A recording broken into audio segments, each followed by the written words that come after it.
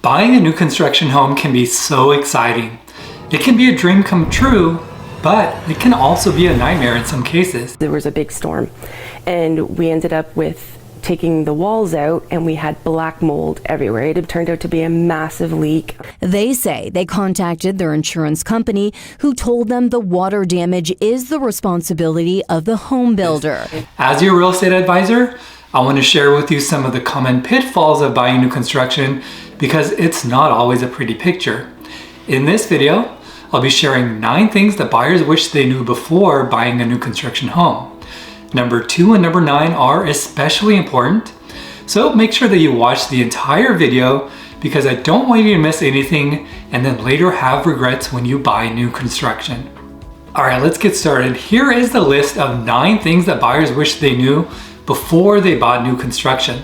Starting with number 1, which is, I wish I hired a buyer's agent.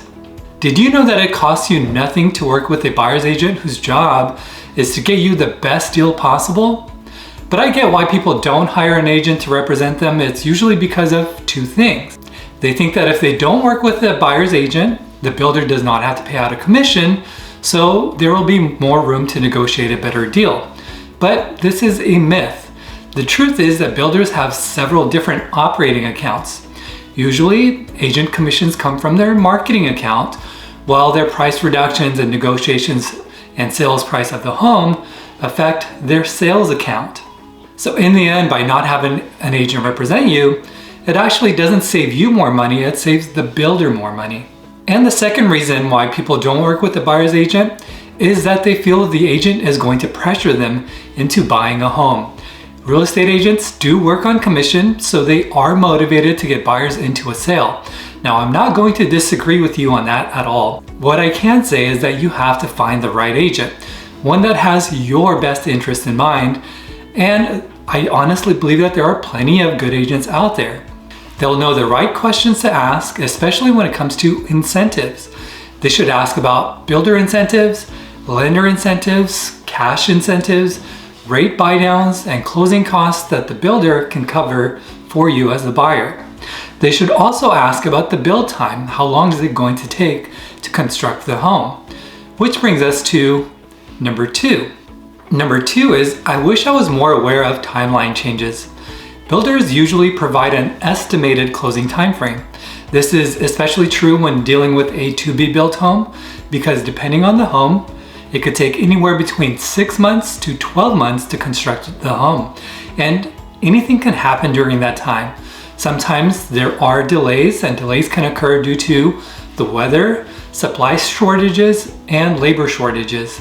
Sometimes they're due to unforeseen circumstances. So what happens when there are delays? Let's imagine that you are relocating to Austin and you had planned on moving into your brand new home when you arrived, but recently there have been delays.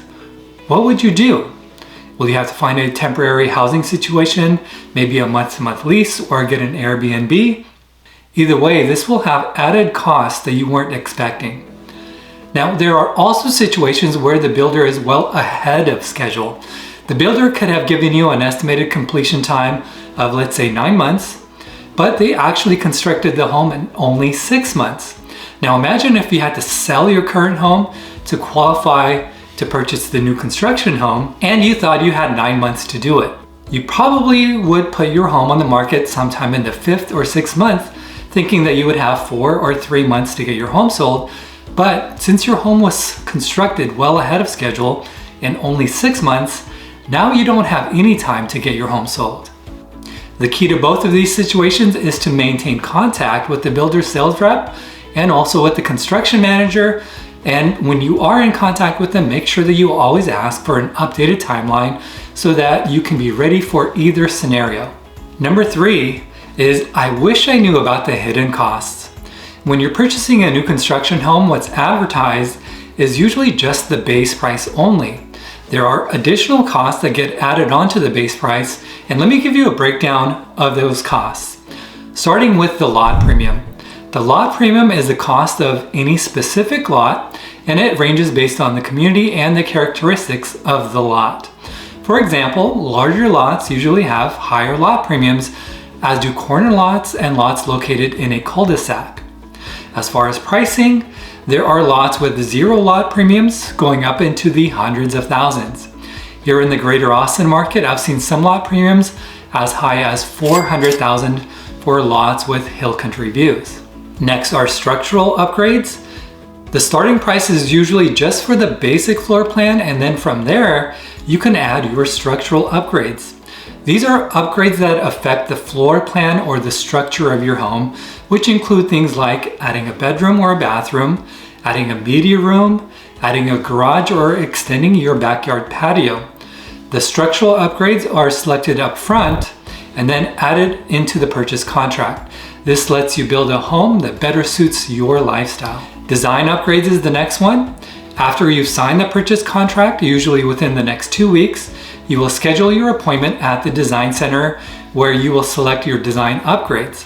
You can always go with the standard items that's provided by the builder, but you will have the option of selecting upgraded flooring, kitchen countertops, kitchen cabinets, upgraded appliances, bathroom cabinets and tiles, lighting, and so many more upgrades. Next, we have appliances, and when you purchase your home, it'll come with a dishwasher, an oven, a stove, and a microwave, but in most cases, it will not come with a refrigerator or a washer and dryer. This is an unexpected hidden cost. If you're working with an experienced buyer's agent, they should know to negotiate this into the contract. But if you didn't get the appliance package included, wait until after you've closed escrow to purchase these items. It is tempting to buy them while you're in escrow and then have them delivered right after you close, but the danger is that your lender is going to run your credit right before closing, and sometimes large purchases can affect your ability to qualify for the loan and successfully close that escrow. I would hate for something to go wrong at the last minute because you either purchase new furniture or new appliances, which affects your credit score, and now you can't qualify to purchase that home. So it always makes sense to make large purchases after you've closed. And the last hidden cost I'd like to bring up are window coverings. When construction on your home is complete, your home will not have any window coverings. This can cost anywhere from $2,000 to $10,000 depending on your home and the window coverings that you choose. When my wife and I bought our home, it didn't come with any window coverings, and it cost $8,000 for our window blinds, which makes me mad till this day. I mean, why? They just sit there, they flip up and down. They're window coverings. Number 4 is, I wish I negotiated more. In a recent poll, about 60% of new construction homebuyers thought they could have gotten a better deal.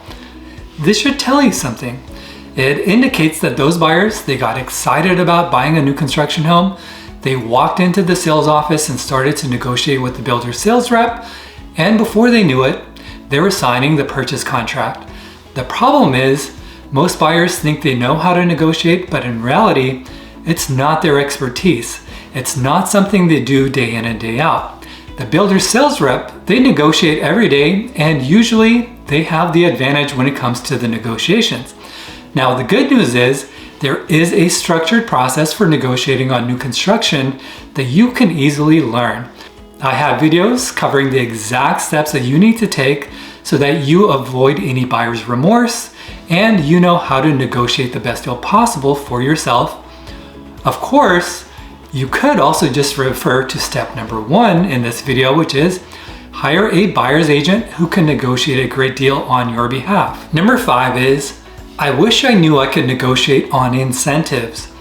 Builders understand with the high interest rates that we're seeing today, they need to make their homes more affordable for buyers. And one of the best ways to do this is through an interest rate buy down, which lowers the buyer's monthly payments. It's actually one of the best ways to save the most amount of money, especially for a long-term investment. Some builders are offering interest rates as low as 3.99% or 4.59% due to buying down those interest rates. Some builders are offering up to 6% of the base price of the home to cover closing costs and also for interest rate buy downs, while some builders offer a flat amount like $20,000. It depends on the builder and on the community. Now, what many buyers don't know is that you can negotiate on the incentives and you can get more. There have been many instances where I negotiated more incentives for my clients simply because I knew the right questions to ask and how to position our case so that we can get more. Number 6 is, I wish I knew about the property taxes. In Texas, the good thing is that we don't have income tax, but unfortunately, we do have high property taxes. Property taxes, they can differ from county to county, city to city, and from community to community, which is insane. The tax rates are high partly due to MUD, which are Municipal Utility District, and PID, Public Improvement Districts. These are basically special taxes that apply to new construction communities, and they cover the infrastructure and amenities that are built within any particular neighborhood. They cover things like public water, public sewage systems, the roads, parks, and landscaping. In various communities, all throughout Texas, I've seen property taxes as low as 1.4% and as high as 3.3%. Number 7 is, I wish I had gotten a home inspection. Many buyers think that because they're buying a brand new home, they don't need to get a home inspection. But new construction homes are built by people, and people make mistakes. I always recommend getting a third-party home inspection. I recommend a pre-foundation inspection to make sure that the foundation of your home is built to code and that you have a sound foundation. I also recommend a framing inspection just before the sheetrock goes up. This will give your inspector the opportunity to look at the framing, the electrical, the plumbing, and the HVAC ducts before everything is covered up by sheetrock. Then I recommend the final inspection after the home has been completed with construction and just before closing. This is usually done before the welcome home orientation. This is a third-party inspection who are going to inspect your entire home inside and out. They'll test everything from the plumbing to the electrical to the HVAC system. They'll test the appliances, the irrigation systems, and they'll take a look at the roof to ensure that basically everything in and outside of your home checks out. And then if there are any findings, that report will be given to the construction manager. The construction manager is going to forward that report to all of the tradespeople to come back to the property and fix all of the items that were noted in that report. Now, I have had several instances where big issues were found, and we worked with the builder and the construction manager to get all of them repaired properly. So just imagine if we didn't do the inspections. The buyers would have found out about the issues, but they would have found out the hard way. Number 8 is, I wish I paid more attention to build quality. When buying new construction, most buyers go to a new home community and everything looks great. All the homes are new. The community has nice amenities. They may have a few parks, and from the outside, everything looks great. It looks good. But the truth is that there have been some nightmare stories of new homes that have fallen apart immediately after the buyers moved in. The build quality of a home is so important, but it's often overlooked. And that's why I emphasize number 7, getting inspections, but I also recommend doing your homework on the builder. Some builders are known for the quality of their products and also for their workmanship, while other builders are known for cheap parts and poor quality of construction. Avoid those builders to the best of your ability. Make sure that you do proper research, talk to other people who live in the community, ask them what problems they're seeing, ask them if they regret buying their homes. And number 9 is, I wish I knew the future development around my neighborhood. When you're buying a new construction home, it's very important for you to consider the surrounding neighborhoods and the surrounding area of your community. Research your neighborhood's amenities like the schools, the parks, the public transportation. Look for any future development like new shopping centers or upgrades to the existing infrastructure. For example, will they be expanding a nearby freeway, which seems to be happening all over the greater Austin area, as well as all over Texas. Make sure that your new home is in an area that aligns with your wants and needs, and that any future development does not get in the way of you enjoying your new home. I always make sure to inform my clients about what's going on in certain neighborhoods, what they should look out for, and what they can look forward to as far as future development is concerned. All right, that's it for the list of 9 things that buyers wish they knew before they bought new construction. Let me know in the comments below if I've missed anything. If you found this information to be helpful, please do like this video and subscribe to the channel. If you are thinking of moving to Texas, I would love to help you and your family. Give me a call. You can grab the relocation guide down in the description below, as well as get your new construction savings guide.